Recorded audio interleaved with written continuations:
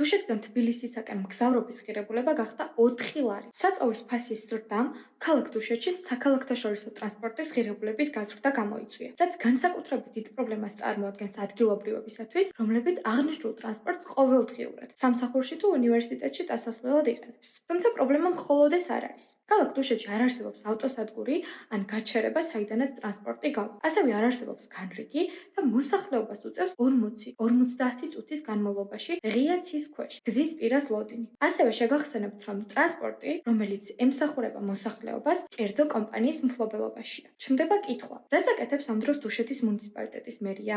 არაფერს. მერია უკვე წლებია ტრანსპორტის პრობლემებს უგულებელყოფს, მაშინ როდესაც აუცილებელია სასწრაფო რეაგირება. დუშეთის მუნიციპალიტეტის მერიამ უნდა აიღოს პასუხისმგებლობა და გამოყოს მუნიციპალური ტრანსპორტი, რომელიც მოსახლეობას შეღავათიან ფასად მოემსახურება. ან მიაღწიოს შეთანხმებას ზემოთ აღნიშნულ კერძო კომპანიასთან, გამოყოს თანხები და ნაწილობრივ აანაზღაუროს მგზავრობის ღირებულება. ასევე მოითხოვოს სამარშრუტო განრიგის რეგულირება და მოაწყოს გაჩერება ან ავტოსადგური. როგორც ხედავთ, პრობლემის გადაჭრის გზები რეალურად არსებობს, თუმცა არ არსებობს დუშეთის მუნიციპალიტეტის მერიის მხრიდან მზაობა. დუშეთის მოსახლეობა არ უნდა შეეგუოს აღნიშნულ მდგომარეობას და სასწრაფოდ უნდა მოითხოვოს რეაგირება.